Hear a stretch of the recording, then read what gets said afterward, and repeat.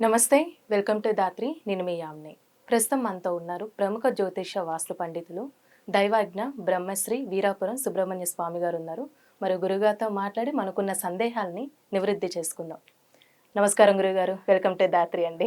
అందరికి శుభాశీస్సులు అండి. గురుగారు, ఇప్పుడు మనం చాలా రకాలుగా పూజలు చేస్తూ ఉంటామండి. అవును. ఎన్ని పూజలు చేసినా ఏం చేసినా కూడా ఏదో ఒక సమస్య, పెద్ద సమస్య అనేది మనకు ఉంటుంది. అవునండి. ఆ టైంలో మనకు అనిపిస్తుంది దేవుడు ఉండుంటే ఉమ్, ఈ విధంగా నాకు జరిగేదా, ఉమ్, ఈ విధంగా ఉంటుందా అని అనుకుంటాం. ఉమ్.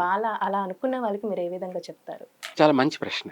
ఉమ్, ఎందుకంటే ఇప్పుడు జరుగుతున్నటువంటి ప్రస్తుత ఉమ్, కాలమాన ప్రకారం భగవంతుడు ఎప్పటికీ ఎల్లవేళలా ఈ విశ్వానంతా అనుక్షణం అంటే ప్రతి ఒక్క సెకండ్ కూడా ఆయన ఉమ్, మన అబ్జర్వేషన్ అంటే మనల్ని 1000 కళ్ళతో పర్యవేక్షిస్తూనే ఉంటాడు. ఉమ్, అయితే ఇందులో చేసుకున్న వారికి చేసుకున్నంత మహాదేవ అంటే వాళ్ళు ముందు చేసినటువంటివి లేదా నడుచుకుంటున్నటువంటి నడవడిక విధి విధానం దాన్ని బట్టే ఎవరేం చేస్తారో అదే తిరిగి వాళ్ళకి ప్రతిఫలం వస్తుంటుంది. ఉమ్. అయితే దేవుడు ఉన్నాడా లేడా అనే విషయానికి ఏంటంటే ఆయన ఉండబట్టే ఈ ప్రపంచం ఇంకా ఉంటుంది, జాగ్రత్తగా ప్రశాంతంగా ఉంటుంది.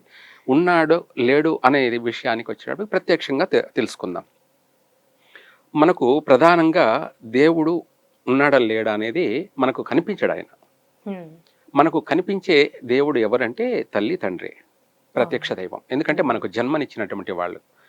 అయితే వాళ్లకు మన వంశాన్ని అంటే ఎన్నో లక్షల సంవత్సరాల కింద నుంచి మన వంశాన్ని మన యొక్క గోత్రాభివృద్ధి రస్తు వంశాభివృద్ధి రస్తు అంటే మనం మన యొక్క తండ్రి లేదంటే మన తాతలు మన వాళ్ళకు మాత్రమే తెలుసు.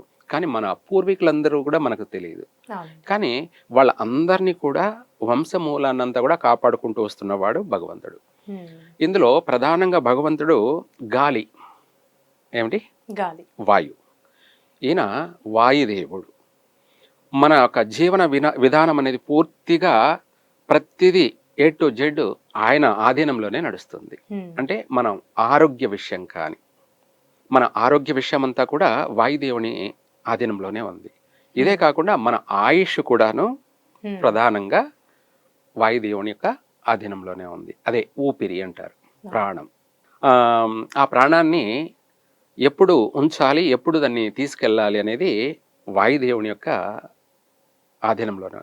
అదే శివుడి ఆజ్ఞ లేనిదే చీమైనా కుట్టదు. అలా ఆ వాయుదేవుడు వచ్చేసి మన ప్రాణాన్ని అనుక్షణం సంరక్షిస్తున్నాడు. మనల్ని ఆరోగ్యంగా ఆరోగ్యమే మహాభాగ్యం అన్నట్టుగా ఆ వాయుదేవుడే మనల్ని ఆరోగ్యంగా రక్షిస్తూ ఉన్నాడు. అది కాకుండా ఇంకా చెప్పాలి అంటే మనం పుట్టిన టైం ప్రకారంగా అంటే బిడ్డొచ్చిన వేళ గొడ్డొచ్చిన వేళ, గుడ్ టైమా బ్యాడ్ టైమా, మనం పుట్టిన సమయాన్ని బట్టి మన జీవితం అంతా కూడాను దాన్ని బట్టి నడుస్తూ ఉంటుంది. అంటే సమయాన్ని బట్టి కూడా ఉంటుందండి. అదే కదా, సమయం బట్టి. పుట్టిన సమయం బాగుందనుకోండి మహర్జాతకుడు అంటారు, అదృష్టవంతుడు అంటారు. వాడి యొక్క ఎదుగుదల, వాడి జీవన విధానంలో వాడు అనుకున్నదల్లా జరుగుతూ ఉంటుంది. అప్పుడు వాడు కూడా నేను అదృష్టవంతుడిని, భగవంతుడు నా వెంటే ఉన్నాడు, నేను పిలిస్తే పలికే విధంగా భగవంతుడు ఉన్నాడు అనే ఒక భావన కూడా కలుగుతుంది. ఎందుకంటే అన్ని కూడా వాడికి అనుకున్నదల్లా జరుగుతూ ఉంటుంది కాబట్టి అప్పుడు అతనికి ఇంకేం కావాలి, దేవుడు ఉన్నాడనే వాడి యొక్క నమ్మకం కలుగుతుంది. అలాగే వాడు పుట్టినటువంటి టైం బాగలేదనుకోండి, బ్యాడ్ టైం అనుకోండి, వాడి జీవితం ఎదురీది పోరాడుతూ ఉండాలి ప్రతి దానికి. పుట్టినప్పటి నుంచి వాడు పుట్టగానే తల్లిదండ్రులకి నష్టాలే జరుగుతాయి. వాడిని అదృష్టహీనుడు అంటారు, నష్టజాతకుడు అంటారు. వాడు పుట్టి ప్రతిదానికి కష్టాలే, నష్టాలే, ఒడిదుడుకలే అన్నీ ఫేస్ చేయాలి. పుట్టగానే తల్లిదండ్రులకి ఏదో ఒక నష్టం జరగడం, ఆర్థిక నష్టం కానీ, ఆరోగ్య నష్టం కానీ, ప్రాణ నష్టం కానీ, ఉన్నది పోగొట్టుకోవడం కానీ, తర్వాత వీడిని నడవడిక విధానంలో విద్యలో ఆటంకాలు, చదువులో ఆటంకాలు, అలాగే ఉద్యోగం చేద్దామంటే చదువు లేదు కాబట్టి ఆటంకం జరిగింది కాబట్టి ఉద్యోగంలోనూ ఆటంకాలే. ఇంకా చెప్పాలంటే ఏదైనా వ్యాపారం చేద్దామంటే ఆ వ్యాపారం కూడా కలిసి రాకపోవడం. ఇట్లా ఒక మాటలో చెప్పాలంటే దరిద్రుడు అని కూడా అంటుంటారు. వాడే అనుకుంటుంటాడు. అలా ప్రతి దాంట్లోనూ నష్టాలే. ఇలా వాడు ఏంటంటే అప్పుడు వాడికి భగవంతుడి పైన నమ్మకం కోల్పోతాడు. ఎన్ని కలిసి రాకపోయేసరికి ఆ, అలా ఒక అనిపిస్తుంది. మాటలో చెప్పాలంటే మనం గుడికి వెళ్తాం. గుడికి వెళ్ళి మనం మన మనసులో కోరిక కోసమే మనం గుడికి వెళ్తాం. అంటే నేను బాగుండాలి అని కోరుకోవడం కోసమే వెళ్తాం. అక్కడ వెళ్ళేసి నాకు ఉద్యోగం కావాలని కోరుకోవడము, లేదంటే నాకు మంచి వ్యాపారం జరగాలని కోరుకోవడము, లేదంటే చదువుకునే వాళ్ళైతే నాకు మంచి ఉన్నత విద్య కలగాలి, నేను ప్రతి దాంట్లో పాస్ కావాలని కోరుకోవడము. ఇట్లా ఒక్కొక్కరు ఒక్కొక్క కోరికను కోరుకుంటుంటారు. అవి నెరవేరాయి అనుకోండి, అది ఆ స్వామి అనుగ్రహం కలిగింది కాబట్టి వాళ్ళ కోరిక నెరవేరుతుంది. అప్పుడు వాళ్ళు ఏమంటారంటే భగవంతుడు సాక్షాత్కారంగా ఉన్నాడు, నేను కోరుకుంటే నా కోరిక నెరవేర్చాడు అని చెప్పేసి వాళ్ళకు ఒక మంచి నమ్మకం అనేది అక్కడ ఏర్పడుతుంది. అదే వాళ్ళు కోరుకున్న కోరిక నెరవేరలేదనుకోండి, అలా 2-3 చోట్ల గుళ్ళకు వెళ్ళి అలా కోరుకున్నారనుకోండి, నెరవేరలేదనుకోండి, ఎందుకంటే దైవానుగ్రహం లేదు కాబట్టి వానికి కలగపోయేటప్పటికి వాడిలో అనుమానం స్టార్ట్ అవుతుంది. అంటే దేవుడు ఉన్నాడా లేడా, ఉంటే నా యొక్క కష్టము నా సమస్య ఎందుకు తీరలేదు, నా సమస్య తీరలేదు కాబట్టి దేవుడు లేడు అని అనుకుంటారు. ఇంకా ఎవరైనా అంతే. అదే వాడు సమస్య తీరింది అనుకోండి, దేవుడు ఉన్నాడు. అలాంటి వాడిని మనము దేవుడు ఉన్నాడు అని చెప్తే కూడా వినడు. ఎందుకంటే దేవుడు ఉంటే నాకు చూపించు అంటాడు. చూపించడానికి ఇదే ఇందాక సాక్ష్యం, గాలే దేవుడు. ఆయనను మనం పట్టుకోలేము, ఆయనను మనం చూడలేము, ఆయనను మనం చూపించలేము, కానీ కనిపిస్తుంది.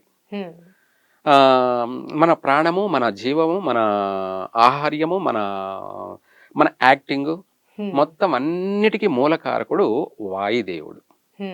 ఇది ప్రధానమైనటువంటిది. ఇంకా చెప్పాలంటే మనకు కనిపించేటువంటి సూర్య చంద్రులు, నక్షత్రాలు ఇవన్నీ కూడా ప్రత్యక్షమే. ఇవన్నీ కూడా ప్రత్యక్షంగానే. చంద్రుడు కనిపిస్తున్నాడు, సూర్యుడు కనిపిస్తున్నాడు, అంతరిక్షంలో నక్షత్రాలు కనిపిస్తున్నాయి. ఇవన్నీ కూడా మనకు ప్రత్యక్షంగా కనిపించేటువంటి ప్రత్యక్ష దైవాలు, రూపాలు. ఇలా దేవుడు అనువనువు మనల్ని కాపాడుతూ ఉన్నాడు, సంరక్షిస్తూ ఉన్నాడు. కాకపోతే ఎవరికి ఎప్పుడు ఏ రూపంలో ఇవ్వాలన్నది ఆయన నిర్ణయం. మనిషికి కావాల్సింది ఓపిక, సహనం, పట్టుదలగా ప్రతి దాంట్లో. ఈరోజు మన కోరిక నెరవేరలేదంటే దానికోసం ఇంకా పెంచాలి. అంటే ఆయన అనుగ్రహం పొందడం కోసం. ఇప్పుడు అదే కదా రావణాసురుడు, ఆయన ఎంత తపస్సు చేసినా కరుణించలేదని చెప్పేసి తన ప్రాణాన్ని ఆయనకు సమర్పించాడు.